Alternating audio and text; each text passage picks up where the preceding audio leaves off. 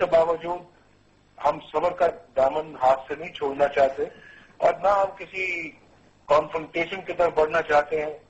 ہم پھر بھی کوئی راستہ نکالنے کے لیکن ان تمام مرحلوں کے بعد جو یہ ملاقات ہوئی ہے شہباز شریف صاحب کی، آپ کی پارٹی کے وہ رہنما ہیں، چیف منسٹر ہیں، آف کورس آپ کے بھائی بھی ہیں، ان کی جب ملاقات ہوئی ہے ان تمام مرحلوں سے گزر جانے کے بعد ہوئی ہے، اس سے آپ بالکل یہ صحیح کہہ رہے ہیں، امیدیں وابستہ غالباً کی جائیں یا نہ کی جائیں وہ ایک علیحدہ بحث ہے، لیکن کیا یہ بھی اسٹیٹمنٹ آئی تھی کہ ہو سکتا ہے کہ صدر زرداری صاحب کے ساتھ آپ کی ملاقات ہو، جس کے بعد جیسے آپ نے فرمایا کہ نوبت ہی نہ آئے لانگ مارچ کی؟ کس حد تک پر امید رہیں لوگ اس حوالے سے، جو کہ جمہوریت پسند لوگ ہیں، جو چاہتے ہیں کہ تصادم نہ ہو، جو اس توقع کرتے ہیں کہ ملک میں وہ میثاق جمہوریت امپلیمنٹ ہو جس پہ آپ کے اور محترمہ کے دستخط ہیں؟ آپ کی آواز ملک صاحب، میں کیونکہ ٹریول کر رہا ہوں، میں موٹر وے پہ ہوں، تو مجھے وہ بیچ میں آواز آپ کی بات سمجھ میں نہیں آئے گا. یہ سوال ریپیٹ کریں. میں آپ کو یہ بریفلی سوال کر لیتا ہوں کہ وہ جو ان مرحلوں سے گزرنے کے بعد شہباز شریف صاحب کی جو یہ ملاقات ہوئی ہے، کیا آپ یہ سمجھتے ہیں کہ اس کے بعد آپ کچھ ایسی امید عوام کر سکتے ہیں کہ جیسے آپ نے فرمایا کہ لانگ مارچ کی نوبت ہی نہ آئے اور معاملات ریزالو ہو جائیں؟ ہم پوری کوشش کریں گے، ہم خلوص نیت سے کوشش کریں گے. ہماری نیت میں کوئی کھوٹ نہیں ہے، کوئی فطور نہیں ہے، اور ہم کوئی اس سے کوئی پولیٹیکل مائلیج بھی حاصل کرنے کے چکر میں نہیں ہے. ہم اس کے باوجود کوشش کریں گے، کرتے رہیں گے. امید کی کرن اگر ختم بھی ہو جاتی ہے اس کے باوجود بھی ہم اپنی کوششیں جاری رکھیں گے. جی، آپ کا بہت بہت شکریہ محترم جناب نواز شریف صاحب، سابق وزیر اعظم پاکستان اور قائد مسلم لیگ نون کے، اس وقت ہمارے ساتھ محو گفتگو تھے. انہوں نے بات کی ملک کی مجموعی سیاسی صورتحال کے حوالے سے، نہ صرف وہ بات جو کہ اس وقت ہر انسان کے ذہن میں ہے کہ کیا کہیں ایسا تو نہیں ہو رہا کہ دو بڑی جماعتیں ایک دفعہ پھر تصادم کی طرف بڑھ رہی ہیں.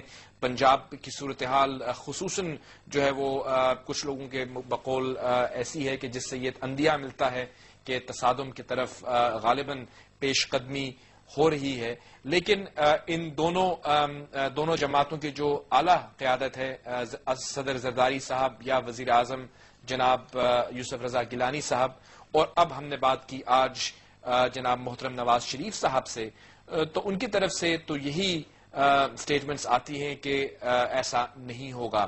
اور یقیناً جمہوریت پسند قوتوں کے لیے، ان تمام عوام کے لیے جو کہ جمہوری سسٹم کو اسٹیبلش کرنے میں یقین رکھتے ہیں، جو کہ میثاق جمہوریت کے حوالے سے جو کمٹمنٹس دو بڑی جماعتوں نے آپس میں کی تھیں اس پر یقین رکھتے ہیں، وہ پر امید تو ضرور ہیں. لیکن اس کے ساتھ ساتھ ہم یہ بھی نہ بھولیں کہ وکلاء کی تحریک ایک انڈیپینڈنٹ تحریک ہے جو کہ کسی سیاسی پارٹی کی تحریک نہیں ہے.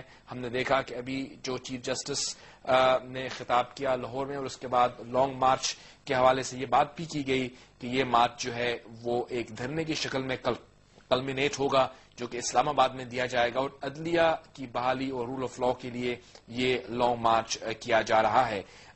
ملک کے اندر موجود تمام سیاسی مبصرین غالباً اس چیز پر اگریڈ ہیں کہ صورتحال کو اس سے پہلے ہی کہ وہ کشیدہ ہو اگر روک لیا جائے یا اس کو کسی پریگمیٹک انداز میں حل کر لیا جائے تو یہ ملک کے لیے، جمہوریت کے لیے اور عوام کے لیے ایک بہت ہی خوش آئند بات ہوگی.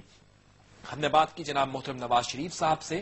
اب ہم چھوٹی سی بریک لیتے ہیں، بریک کے بعد جب واپس آئیں گے تو ہم گفتگو کا سلسلہ مزید آگے بڑھائیں گے ملک کی مجموعی سیاسی صورتحال کے حوالے سے.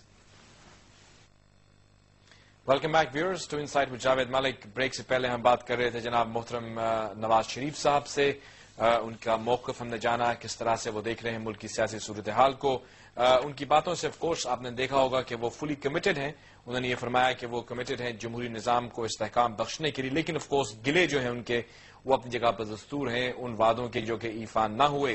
خصوصاً ان کا ذکر جو تھا وہ میثاق جمہوریت کے حوالے سے تھا، جو کمٹمنٹس شہید محترمہ بینظیر بھٹو اور انہوں نے بذریعہ اپنے دستخط کر کے جس سفر کا آغاز کیا تھا، وہ یہ توقع کرتے ہیں کہ وہ سفر جو ہے وہ جاری رہے گا انشاءاللہ، اور دو ملک کی جو بڑی جماعتیں ہیں وہ آپس میں جو ہے کشیدگی کی طرف نہیں بڑھیں گی. لیکن اگر آپ اس وقت کی صورتحال کا بغور مطالعہ کریں اور ان مبصرین کی تبصروں پر بھی نظر ڈالیں جو کہ اس وقت ہمارے سامنے ہیں، تو صورتحال کافی کشیدہ نظر آتی ہے، خصوصاً پنجاب کے حوالے سے.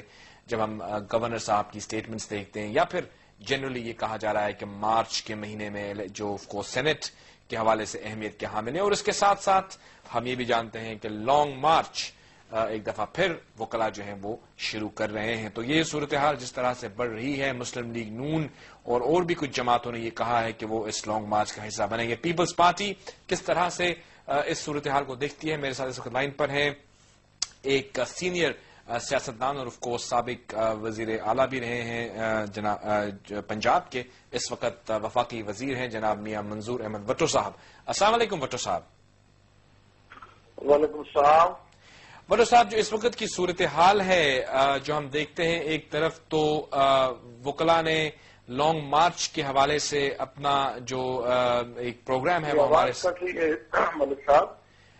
بٹو صاحب میں یہ کہہ رہا ہوں کہ جو اس وقت ملک کی صورتحال ہے، خصوصاً ہم پنجاب کے حوالے سے بات بھی کریں گے. وکلا کی جو لانگ مارچ کی تاریخ وہ بھی آپ کے سامنے ہے. پنجاب میں کشیدگی بھی نظر آتی ہے. کچھ لوگ جو کہ جمہوریت کو استحکام دینا چاہتے ہیں، وہ ہم سمجھتے ہیں کہ ملک کے اندر جو دو بڑی جماعتیں ہیں ان کے درمیان تصادم نہ ہو، وہ کچھ خدشات کا اظہار کر رہے ہیں. بڑی گہری نظر ہے آپ کی پنجاب کی سیاست پر بھی، اور آپ حکومت کا حصہ بھی ہیں. کیا آپ یہ سمجھتے ہیں کہ پنجاب میں کشیدگی بڑھے گی یا یہ دونوں جماعتیں آپس میں کوئی ورکنگ ریلیشن شپ اسٹیبلش کر پائیں گی؟ جی بٹو صاحب. جاوید ملک صاحب، شکریہ، آپ نے مجھے موقع دیا ہے اس پہ بات کرنے کا. میں سمجھتا ہوں کہ اس وقت ملکی صورتحال جو ہے، جس میں آپ دیکھیے کہ فرنٹیئر پروونس میں حالت جنگ کی کیفیت ہے. جی. اور آپ دیکھیں کہ اس وقت بھی لوڈ شیڈنگ جو ہے وہ اس سے لوگ متاثر ہیں، فیکٹریاں متاثر ہیں. حکومت اپنی پرزور کوشش کر رہی ہے کہ یہ لوڈ شیڈنگ پہ قابو پایا جائے، اور وہ پرزور کوشش کر رہی ہے کہ سوات کے حالات اور فاٹا کے حالات کو کنٹرول میں کیا جائے اور اکانومی کو بوسٹ دیا جائے اور اپنے پاؤں پہ کھڑے ہو جائیں لوگ. اور اسی طریقے سے گیس کے معاملات ہیں. تو یہ چیلنجز جو ہیں، یہ اتنے بڑے چیلنجز ہیں کہ ان کو سب کو مل کے ان کو ریزالو کیا جا سکتا ہے، مل کے ان کا مقابلہ کیا جا سکتا ہے، اس سچویشن کو کنٹرول کیا جا سکتا ہے. لیکن اگر یہ جھگڑا شروع ہو جائے اور کنفرنٹیشن شروع ہو جائے اور ایجیٹیشن شروع ہو جائے، جو میں سمجھتا ہوں کہ اس وقت ہمارا ملک اس کا مکمل نہیں ہو سکتا. دیکھیے، پرائرٹیز جو ہے وہ جوڈیشری کا مقام جو ہے وہ سر آنکھوں پہ، باقی معاملات جو ہیں، ہمارے ایشوز جو ہیں، کانسٹیٹیوشنل ایشوز، وہ سارے سر آنکھوں پہ. لیکن ملک کی سلامتی اور اس کا تحفظ جو ہے وہ سب سے مقدم ہے، میں سمجھتا ہوں. جی. اور اس وقت سیاسی جماعتوں کو ایک قومی اتفاق رائے کی پوزیشن قائم کرنی چاہیے، اور یہی وہ کام ہے کہ جو پریزیڈنٹ آصف علی زرداری صاحب تمام سیاسی جماعتوں کے